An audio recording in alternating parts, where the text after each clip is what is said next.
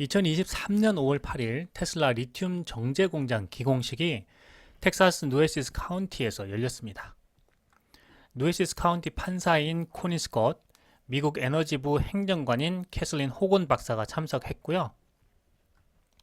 텍사스 주지사 그렉 에버도 참석해서 테슬라의 리튬 정제 공장 기공식을 축하했습니다.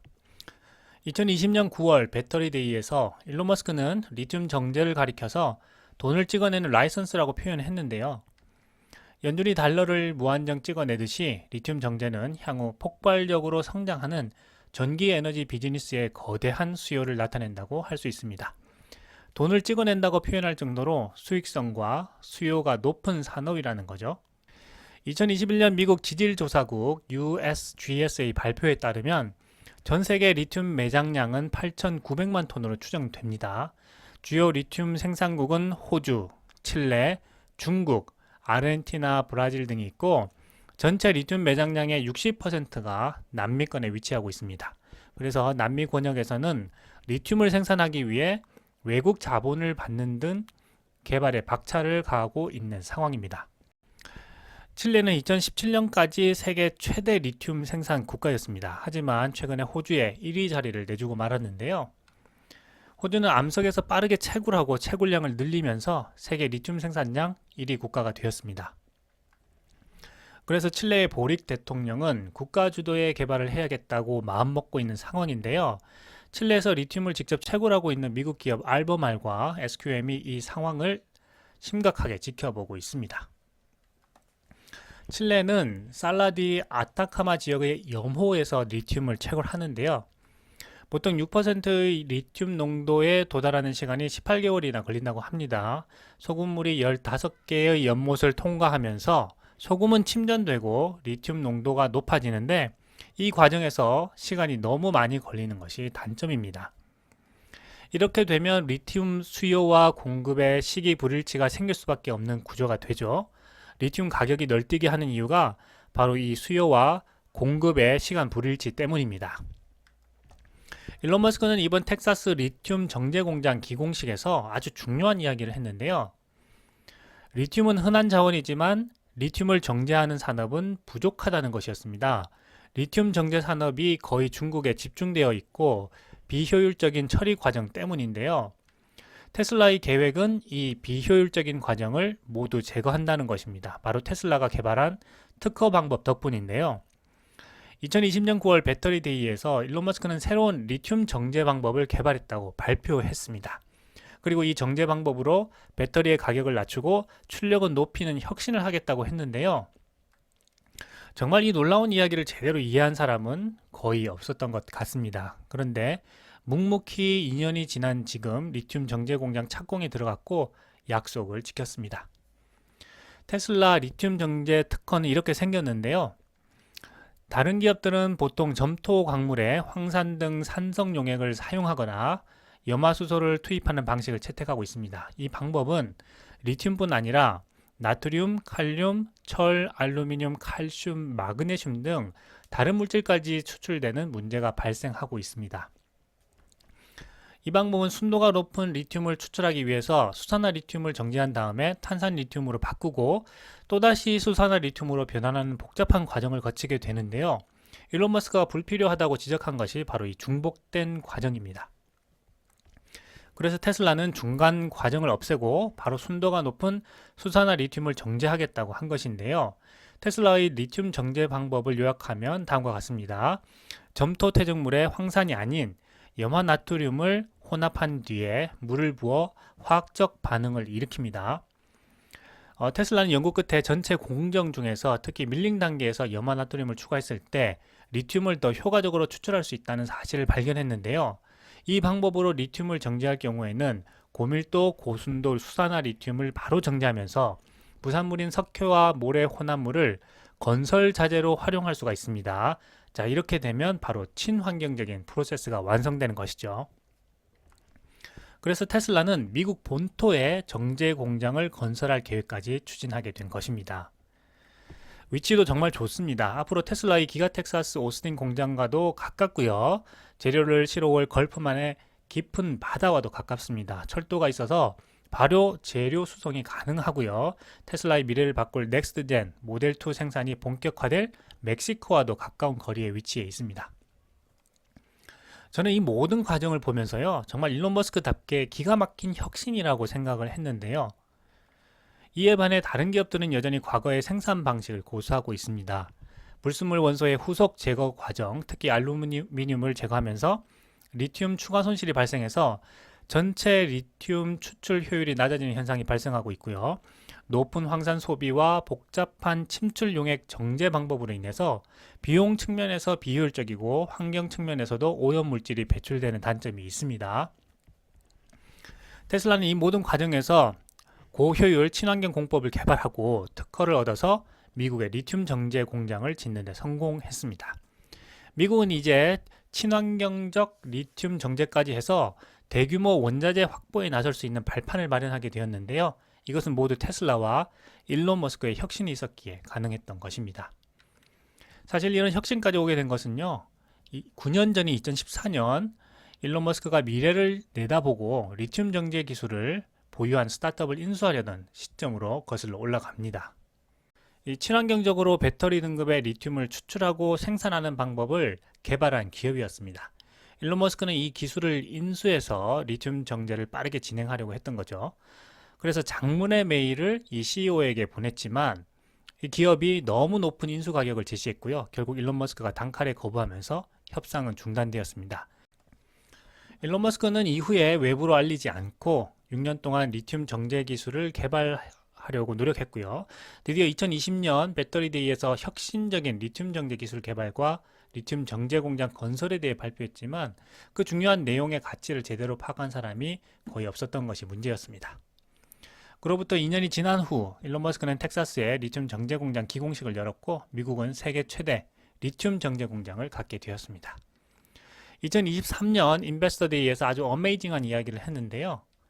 넥스트젠 모델 2는 기존 모델 3Y 플랫폼에서 50% 원가를 추가로 절감하겠다는 계획을 발표했습니다. 바로 이 배터리의 핵심 요소인 리튬 정제 원가를 30% 낮춤으로써 원가 절감을 시작하는 것입니다. 테슬라의 마스터 플랜이 조용하지만 눈부신 혁신으로 차근차근 진행되고 있습니다. 정말 목표한 것은 반드시 이루어내는 일론 머스크의 집념이 미국을 리튬 제국으로 만들어가고 있는 것입니다. 테슬라의 미래는 먼 것처럼 보이지만 이 혁신의 연속으로 인해서 점점 가까워지고 있습니다. 주가가 많이 떨어진 지금이 어쩌면 저렴한 가격으로 테슬라의 주인이 되는 기회일지도 모릅니다.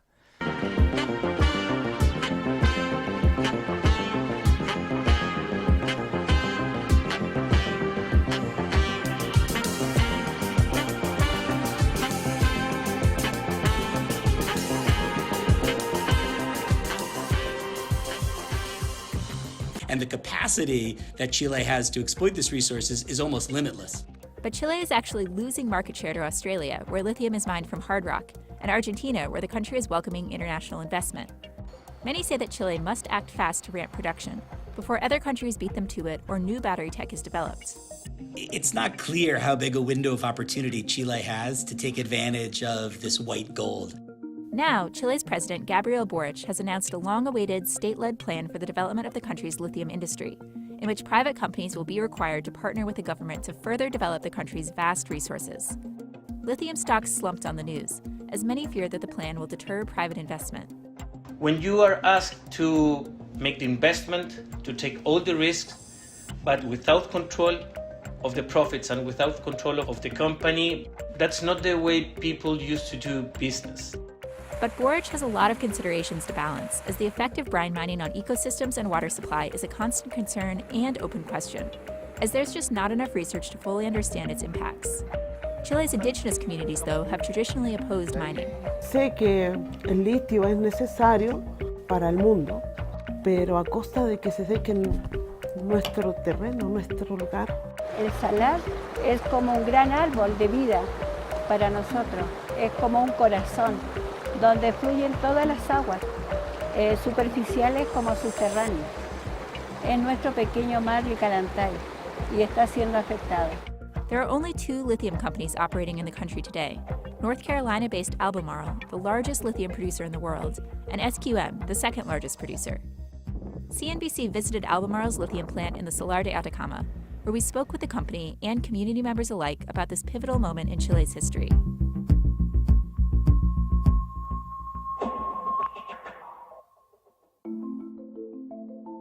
Mining has helped drive the Chilean economy for centuries. The country is by far the largest copper producer in the world, producing 29% of the global total. But as of late, Chile's lithium industry has taken center stage.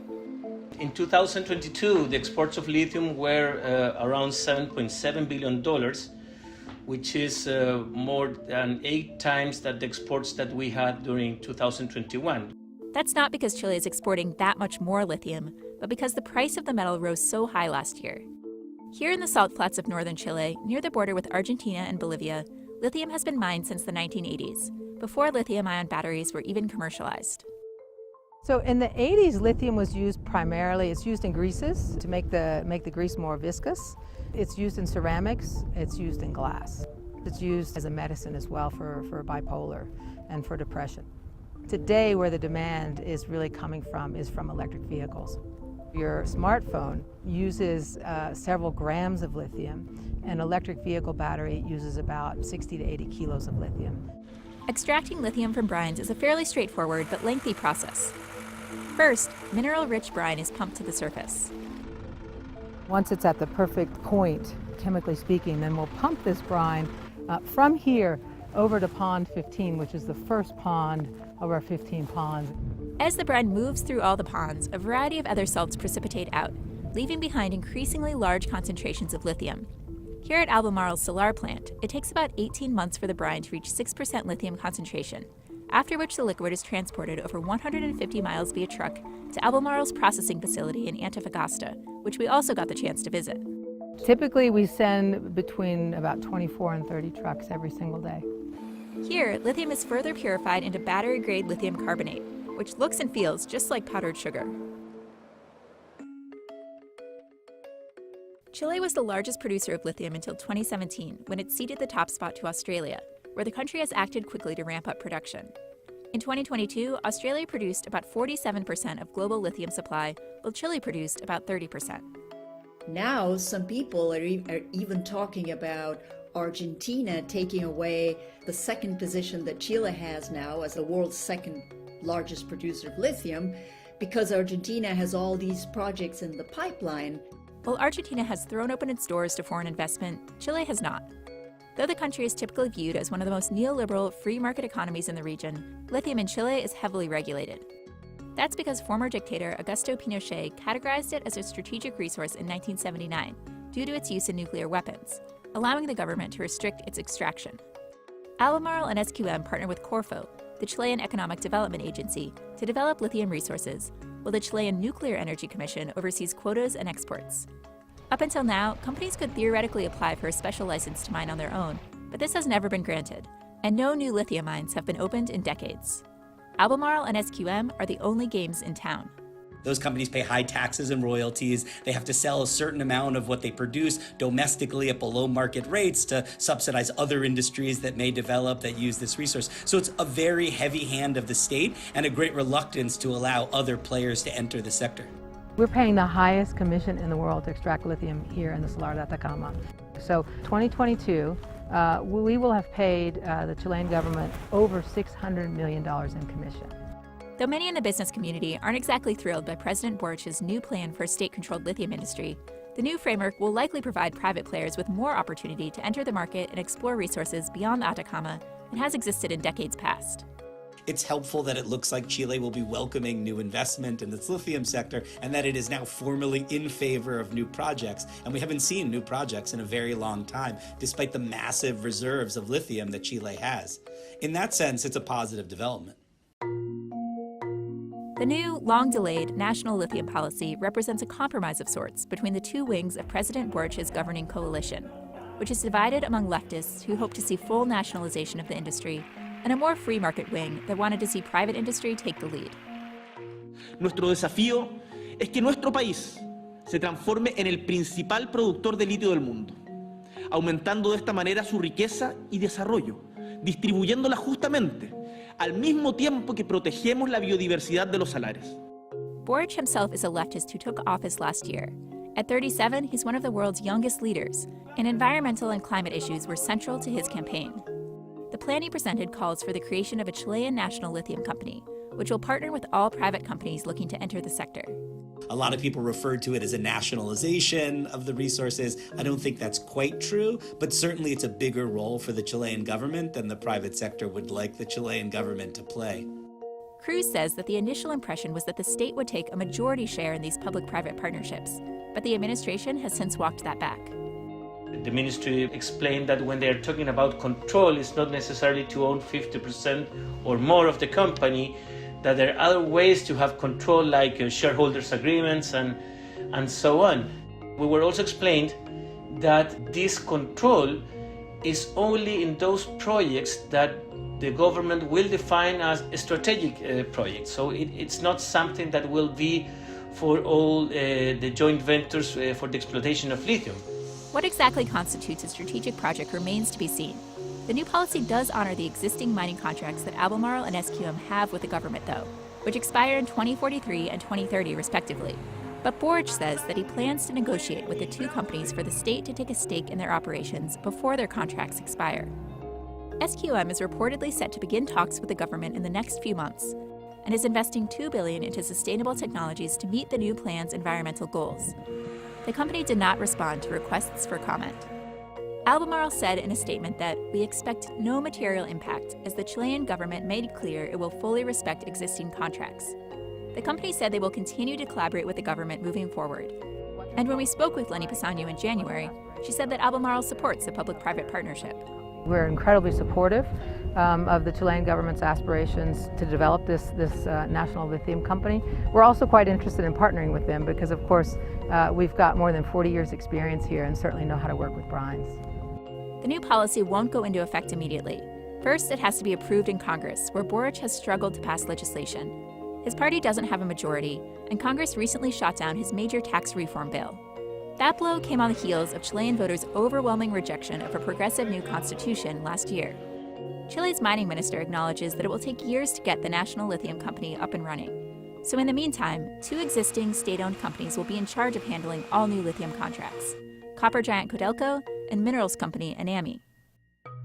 Boric also wants Chile to move beyond just lithium extraction and invest in downstream processing for the battery supply chain. They do not merely want to export the natural resource, which has been the economic history of Latin America. Chinese EV giant BYD plans to build a $290 million cathode manufacturing facility in Antofagasta, and Corfo has given the company preferential prices on lithium carbonate, the input used to make cathode material. But some analysts think that it's too soon for Chile to move into downstream production, given that the EV industry in the country is practically non-existent. We didn't see a single electric car when we were there. In 10 or 15 years, when there's battery plants all over the world, it'll make, in a more well-developed supply chain and EVs everywhere, it'll make sense to be making batteries on every continent. Right now, it doesn't. Chile's raw lithium is of great strategic importance to the U.S., though, which has a free trade agreement with Chile, but not Argentina.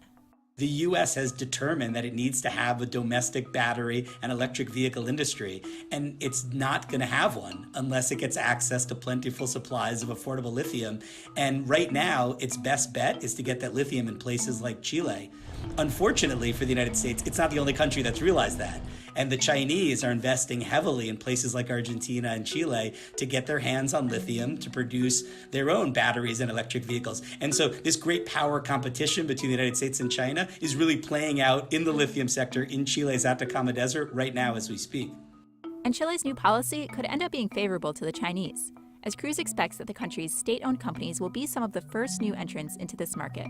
It's not a secret for anybody that many Chinese state-owned companies are interested in the lithium, and probably they will be the first to jump in, because when you have a state-owned company, when an economy like the China, they are not looking for having immediate profits. They are more patient. But as with so many mining projects, domestic and abroad, calls for rapid expansion often drown out the voices of local and indigenous community members, who are wary of the environmental and social impacts of mining on their ancestral lands and way of life. In Chile, Atacameños, also called Licanantay, are an indigenous people whose history in the Atacama region dates back to around 500 BC. Yo soy descendiente de familias Ligalantay. How have you seen the area change over the years? Desde parte de la minería se ha intervenido en todos los ecosistemas, ¿no? En parte de lo cultural tiende a desaparecer nuestra propia cultura, nuestro patrimonio, y desde lo social el dinero ha fragmentado mucho a mi pueblo. The Atacama Indigenous Council represents 18 communities around the Salar. It has an agreement with Albemarle in which 3.5% of Albemarle's revenue from its Chilean operations go to the council to be used in any way that it sees fit. Some communities have struck agreements with SQM as well. This 3.5% of sales of lithium carbonate, there's nothing like that in the world. We work with the University of Queensland, who's done a study of 50 such agreements. A typical agreement is 0.5% to 1%. But Ramos has seen the money sow division in her community. Pero el resultado final ha significado que esos dinero o esa ayuda del 3% divida aún más a mi pueblo y verse convertida tan vulnerable a un sistema económico que no es el nuestro, a olvidarse de su cosmovisión, de sus leyes, de su palabra, ¿no? Y ver ese mundo tan occidental, tan material, pero sin espíritu. Y esto para nada es espiritual. For indigenous farmer Christian Espíndola, it feels like his community is being used for greenwashing campaigns. Las mineras están ocupando nuestra identidad para mostrar una imagen limpia al mundo por la extracción de agua, de litio, que no es así. Chile is in the midst of a decade-plus megadrought, and many locals believe that brine mining in the Atacama Desert is exacerbating the problem. Albemarle emphasizes that brine is different from freshwater since it's too salty to either drink or to use in agriculture. Yet many remain concerned that evaporating so much brine in one of the driest areas on Earth is having an impact on freshwater availability and the surrounding ecosystem. So we're talking about, I don't know, it's an immense millions of liters of water that evaporate every day, and that's half an effect. I mean, we cannot say that have any effect when it's part of the water cycle. So it's impossible to say that have any effect. What directly, how, is something that have to be, I think, understand and research even more. In response, Albemarle points to a study led by researchers at the University of Massachusetts Amherst, which concludes that the entire lithium mining process in the Salar de Atacama accounts for less than 10% of freshwater usage in the region, and that evaporating brine does not lead to diminishing reserves of freshwater either on the surface or underground. The study was funded by BMW, which is ramping up its electric vehicle production, and BASF, a European chemicals company, raising questions of conflict of interest for some. But what everyone agrees on is that more research is needed, and the new lithium policy includes the creation of a public research institute for lithium and salt flats that could dig into questions like these. As a microbial ecologist, Dorado also studies how mining is impacting the diverse microbiology of the region. Her research indicates that lithium mining has led to the death of microorganisms that are key for scientific research and vital to the broader ecosystem. If we are thinking about life, we have to include everything. And microbial life are the dominant type of life on the planet, because everything is related. From this perspective, she doesn't see Boric's plan for a state-led lithium strategy as relevant to her concerns. Because the point is, we are still pushing the extractivism as the main way to develop economy. For most people, I think they're very affected when they see pictures from the Amazon, how the deforestation have increased. And nobody really cares about what happened here. Boric says that strengthening social and environmental sustainability is a priority for the administration, though, and wants to open a dialogue with indigenous community members. Todo este desarrollo será con la participación e involucramiento de las comunidades aledañas a las faenas mineras. Comprendiendo, por cierto, la inquietud que esta noticia podría generar en las comunidades, quiero comprometerles que el primer hito de este proceso comenzará con una conversación directa entre el Consejo de Pueblos Atacameños y mi persona. There are no easy answers when it comes to balancing the various interests at play. And though Boric has laid out a general strategy for the country's lithium industry, much remains to be seen. How big a role will mining play in the future of Chile's economy? How will it balance social and environmental considerations, including water use? How much will it demand that the lithium produced in Chile, as well as the copper, is used domestically for green energy industries versus sent abroad to be industrialized in countries like the United States or in places in Europe? These are tough decisions and they're policy decisions, and I think right now Chile is still struggling with what kind of economy it wants to have.